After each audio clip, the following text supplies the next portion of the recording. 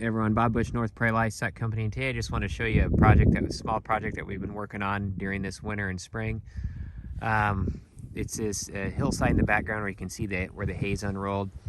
We came in a couple years ago and brought in a bulldozer to clean this hillside up. It was full of deep ditches, had a bunch of old dead trees and just kind of other small little ditches and stuff like that. You really couldn't get up and down it on the four-wheeler.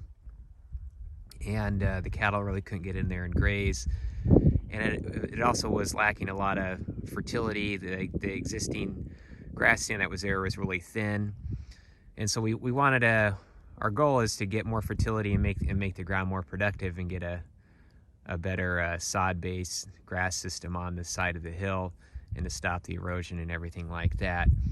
So we came in and we smoothed it out, and after we got it smoothed out, like I said, it's a couple years ago, we came and we planted more grass, and it's slowly taken time, and we've had to be patient. It's kind of establish a new stand of grass. It takes a few years, and over the last couple years we've been slowly trying to add fertility. And what's nice is we can actually get on there and actually drive across with a four-wheeler, or in this case we have our skid loader down there where we can unroll hay and get up inside and get up and down the side of the hill without falling in a ditch or anything like that. So what we've been doing for fertility, we've been unrolling hay, and we started on this hillside during the winter, and we've slowly worked across here. We actually started late this winter, and we slowly kind of worked across it this spring. And so what we did, where the skid loader is, there's a watering point down there. Where the skid loader's at, we would come across from the watering point, fence over, and then just kind of, you can see where I'm pointing at. I don't mean my hand to be blocking the camera, but that's where we started it to unroll our hay, and we would just fence around that section, and then we would just slowly move across the hill. And so we just did that through late winter and spring. And before we would unroll our hay, we would we have a four-wheeler, and we just broadcast some grass seed out there, and then we unroll our hay, then we send our cattle in, and then we just kind of slowly work across the hill. And where the hay is at, that is where a lot of the areas are really thin.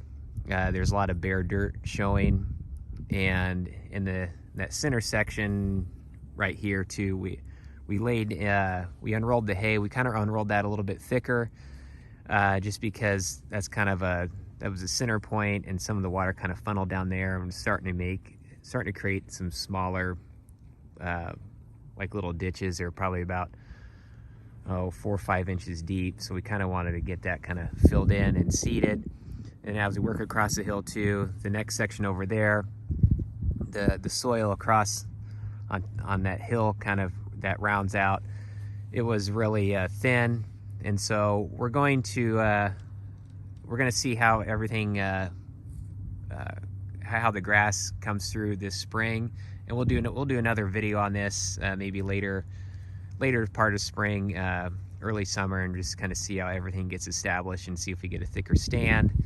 But we wanted to we're using the cattle and unrolling hay. One is to add ground cover to the bare soil, and we're using the cattle to not only to add fertility, but we can also use the cattle during the winter time when we can't really get out there and graze. The cattle can come across here, and we can unroll hay for them, and they can keep grazing, and so they're actually doing something instead of being like always if they're like pinned up in the lot.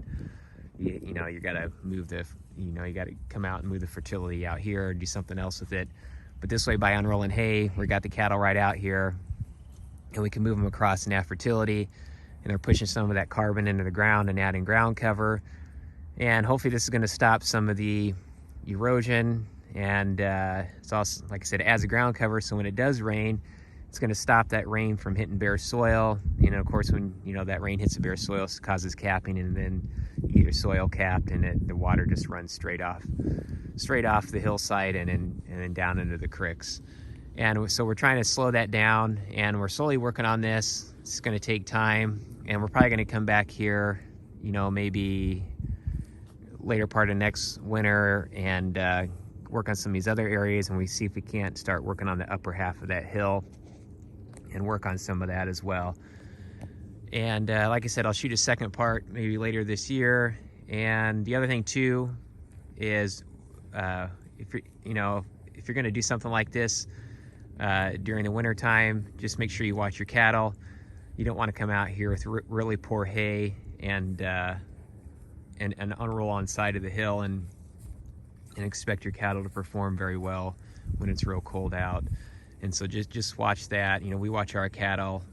Some of the hay that we did have in here, we had some really good hay, and then we had some, I'd say, medium bales. And so the cattle didn't, they picked through the medium bales that weren't real good. They kind of picked through that and left a little more hay on the ground, but we're okay with that. Still adding some cover and fertility, and that's what we're really going for. And the other thing too is, like, on this hillside, since it's fragile and we don't have a real good sod base established, we did have to pull the cattle off here about a week ago because they were getting a lot of rain and we didn't want to turn it into a mud hole.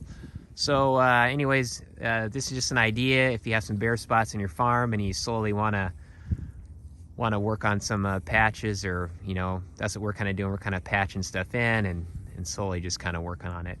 Anyways, everybody, have a good day.